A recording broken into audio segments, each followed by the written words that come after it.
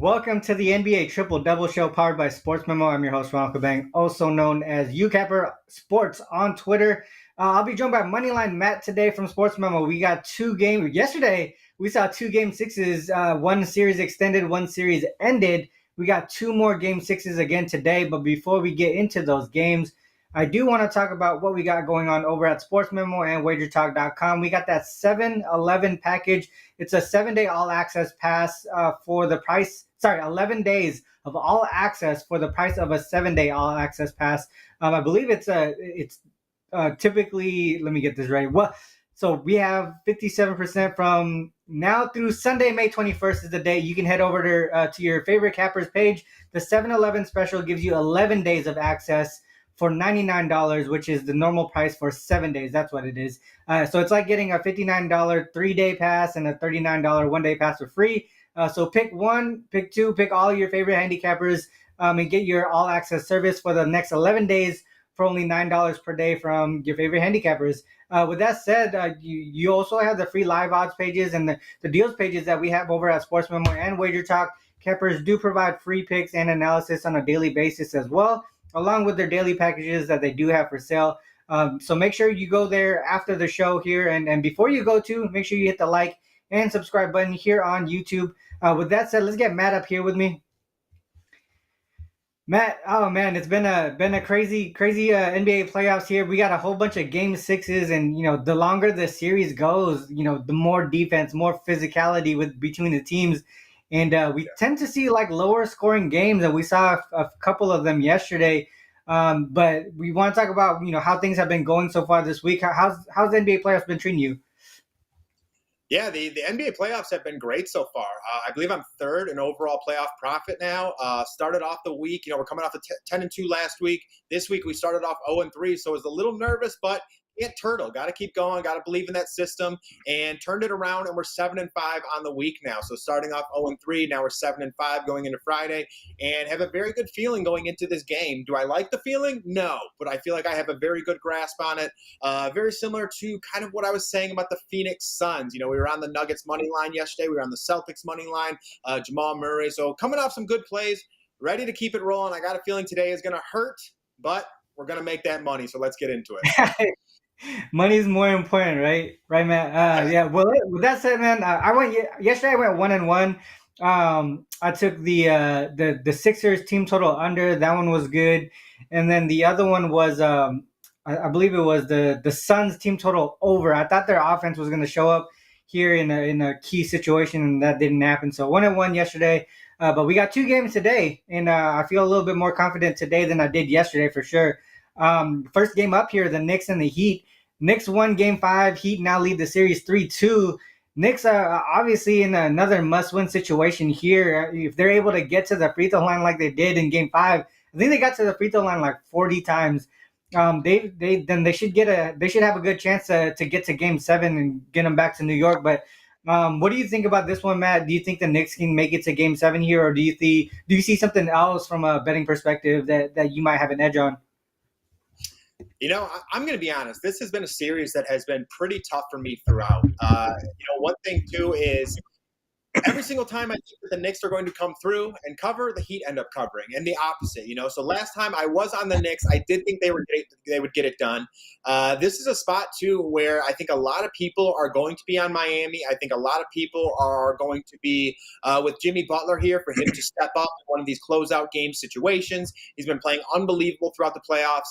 And one thing with this Miami Heat team is every single game, you've kind of heard me talk about it with the Lakers and how they always have someone step up. This Miami team has had a lot of players step up as well, whether it be Gabe Vincent, whether it be Max Strus, Kevin Love. They have a lot of these key role players that have been stepping up, and I think they're probably going to do it again in this spot.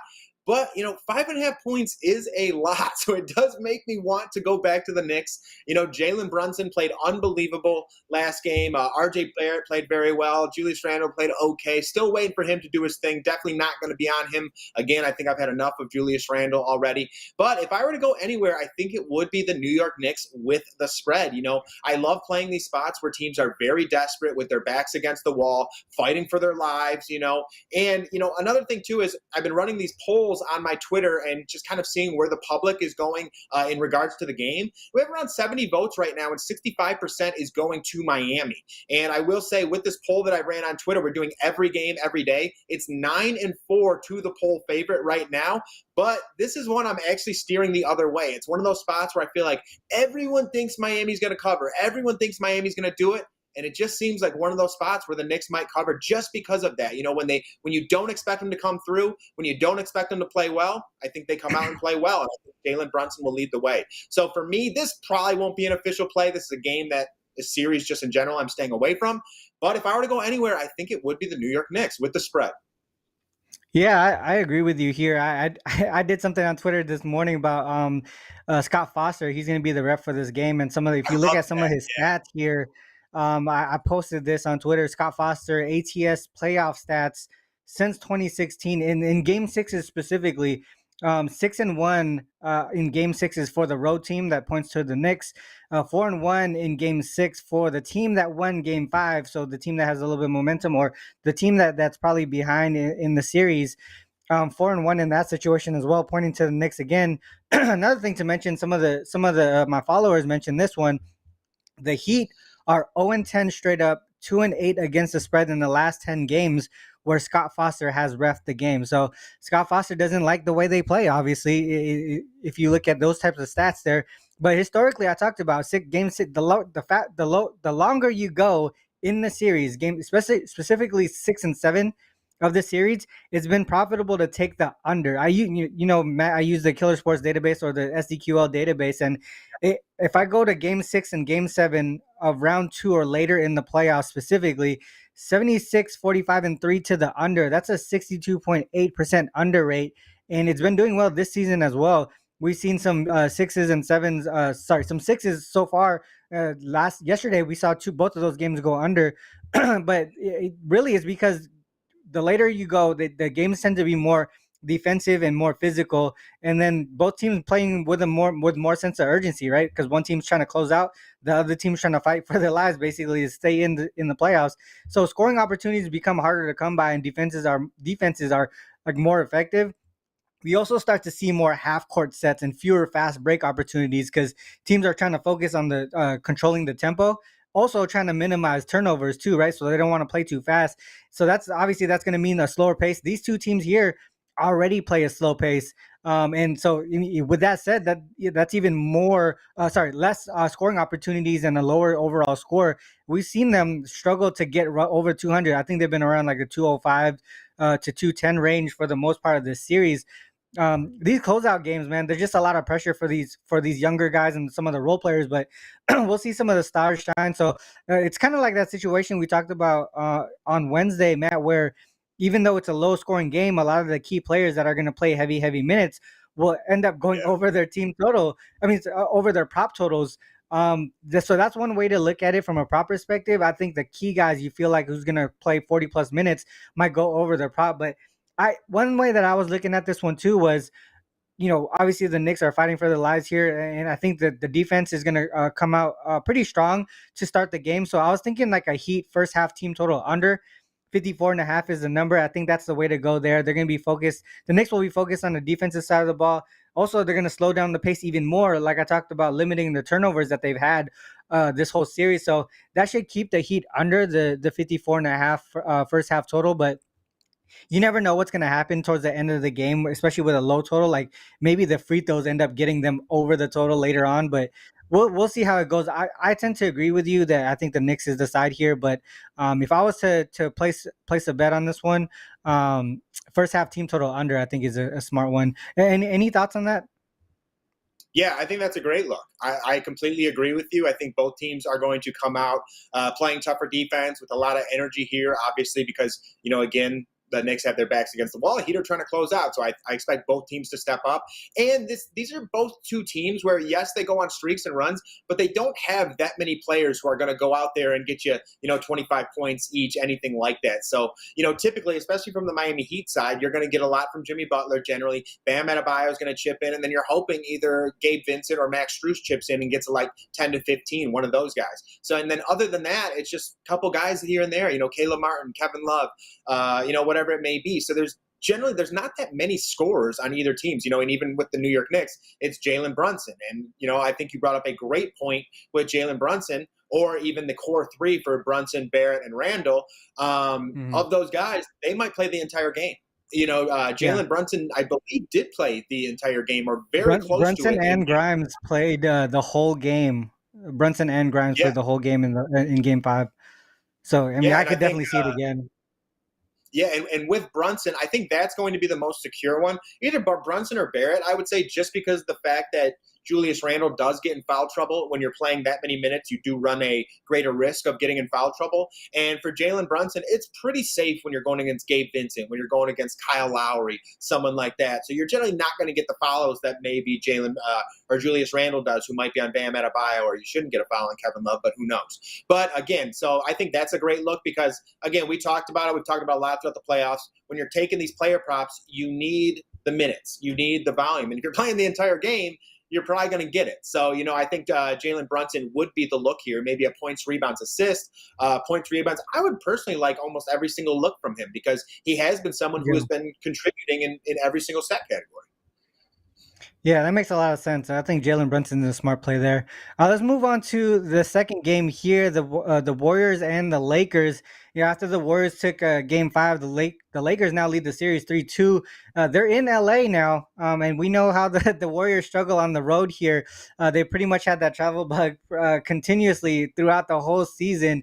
From a total perspective, all 3 games played in San Fran went over, and now they're in LA. Both of the games that were played in LA have gone under. We know that like we said, the Warriors have that travel situation that they just tend to struggle offensively.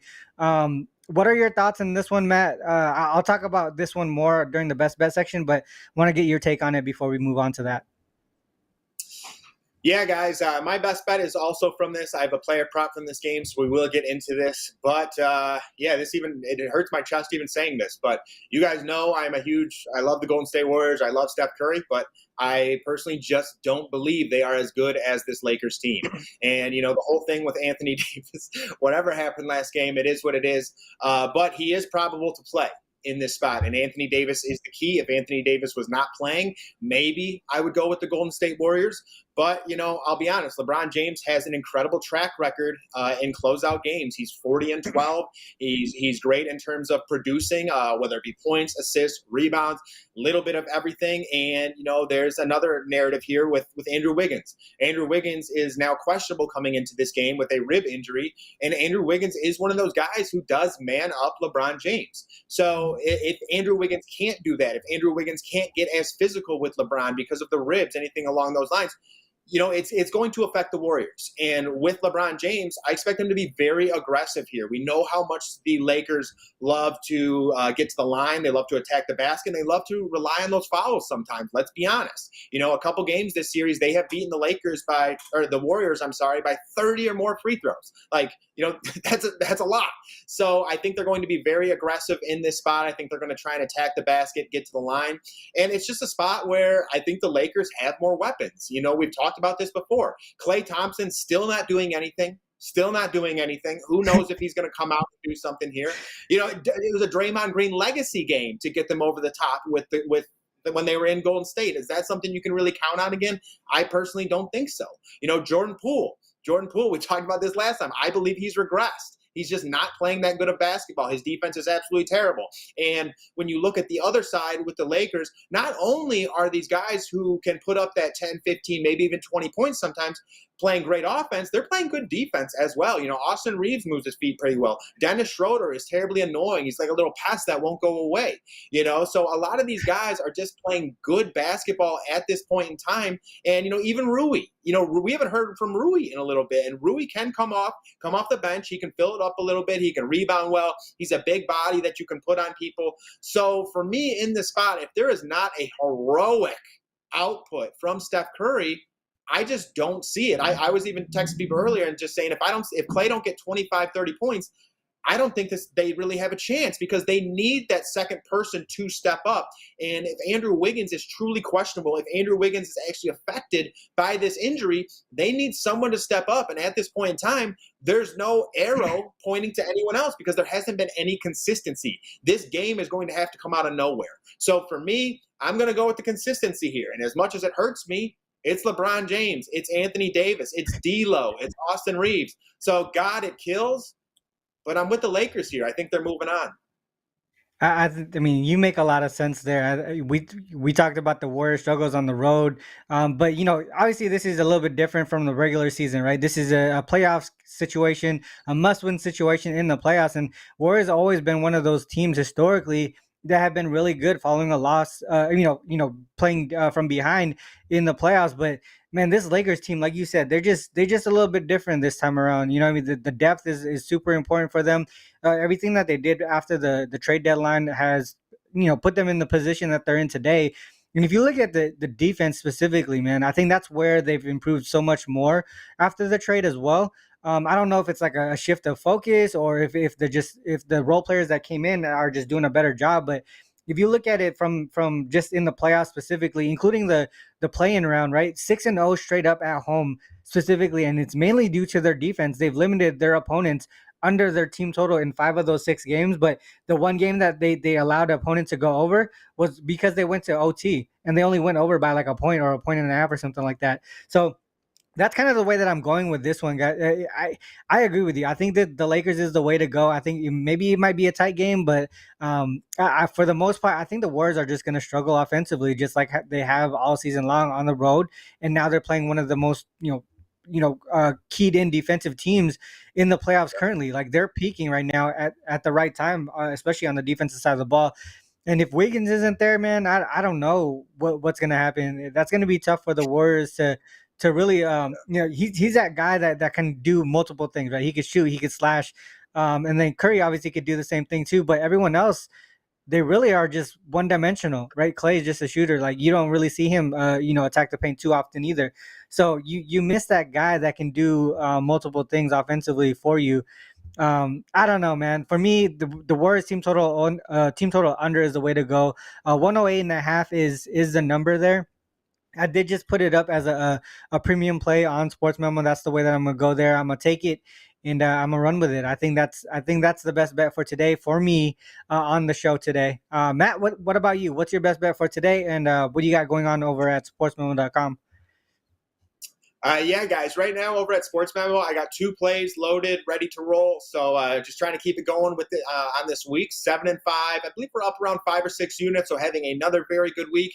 And again, like I said, trying to win each week, trying to win each month until the end of the season. And we're doing that right now. So just trying to keep it rolling. And today's best bet is going to be with the same game. And if I'm picking this guy, I definitely think he's going to go over this prop. And tonight it's going to be LeBron James. It's going to be LeBron James over 41.5 points, rebounds, assists, because this is a big spot. This is a big spot for the Lakers. This is a big spot for the Warriors. And LeBron is somewhat the king of the big spots. The only guy that I would maybe put ahead of him is Michael Jordan in closeout games, where Mike averaged around 34, 5 and 5. LeBron averages 29, 9 and 7. So depending on what statistics you like, you can kind of exchange those two. But again, we're in another closeout game for LeBron James, and kind of going back to some of those points that I talked about before. Andrew Wiggins is one of those guys who likes to man up LeBron, and he's still a little bit smaller than LeBron. He still gives up a little size, but Andrew just moves his feet so well. He likes to get into that body. He's a physical defender. And without that, then it's going to be some more of, Draymond's going to have to be on Anthony Davis. So it might be some more of like Jermichael Green or something along those lines. And LeBron is going to handle that no problem. So for me, I really do think this is just a great look for LeBron James. Like I said before, he's averaging 28.4 points, 9.4 rebounds, and 7.1 assists on 42 minutes in closeout games. And again, you've heard me and Ron harp about this time and time again. When you're looking at those player props, you want to look at those minutes. You want to look at that volume. And LeBron James is definitely going to have that tonight. And then another thing that might be a little bit interesting is, Anthony Davis did have that head injury, whatever it may be. So that could mean that Anthony Davis is going to shoot a little less in this spot. And then if Anthony Davis isn't shooting as much, that means someone else has to shoot more. That very well could be and should be LeBron James. So I think LeBron James is going to be very aggressive. You guys heard me talk about this as well, getting to the basket, trying to get the Warriors in foul trouble, which I think LeBron is very good at. And all in all, this is a rivalry game. We've heard the narrative behind this with LeBron James versus Steph Curry. If Steph Curry beats LeBron, then is Steph on Mount Rushmore and maybe LeBron? LeBron takes notes of all this stuff. I promise you. Okay. I know him better than he knows himself. So LeBron is definitely been looking towards this moment. He's going to be going off in this game. He's going to be very aggressive. And two, JaMychal Green called him out, which probably wasn't the smartest thing in the world. LeBron says that he's never been on a team that's flopped and definitely hasn't been teaching anyone to flop. Don't know if you guys saw it, but JaMychal Green took that quote, put it on his Instagram, and put a nice cap over it. So again, incentivizing LeBron that much more. I don't like the guy, but it's not a good idea. It's not a good idea. So for me, the best bet today will be LeBron James over 41.5 points, rebounds, assists. I got LeBron going off, and I got the Lakers closing out. Yeah, I mean, not to mention what he did to Dylan Brooks, right? You don't want to mess with the king, the king like that. But yeah, man, when I see you on LeBron, I definitely gotta trust your intuition there because you're not the biggest LeBron fan, so I'm probably gonna rock with you on that one there. With that said, man, that 2 games down, man, the NBA playoffs is coming down to when. Matt, we're gonna have like one game like every couple days, dude. It's gonna be crazy, but yeah, the NBA season's winding down, but make sure you guys head over to SportsMemo and WagerTalk.com. We do, like I said, we have that 7-Eleven special. You get 11 days of all access service for the same $99 price that we normally charge for the 7-day all access. So you can have that there over at SportsMemo for Matt, myself at WagerTalk. And also, I forgot to mention the Welcome 2023. I think that's still available for 50% off any daily, weekly, or longer all access package over at wagertalk.com on my page. I do have 2 MLB plays right now, 9 and 2 on MLB plays rated 3% or greater. I got a 3 and a 4%er today. So hopefully we continue winning in the MLB. And then also in the NBA, obviously, we want to keep cashing over here until the season is over. And once again, guys, make sure you hit the like and subscribe button before you go. Our next show will be on Monday. Myself and Moneyline Matt will be back here the same time, same channel, 10 a.m. Pacific Standard. Till then, guys, good luck with our reaction. Peace. Peace.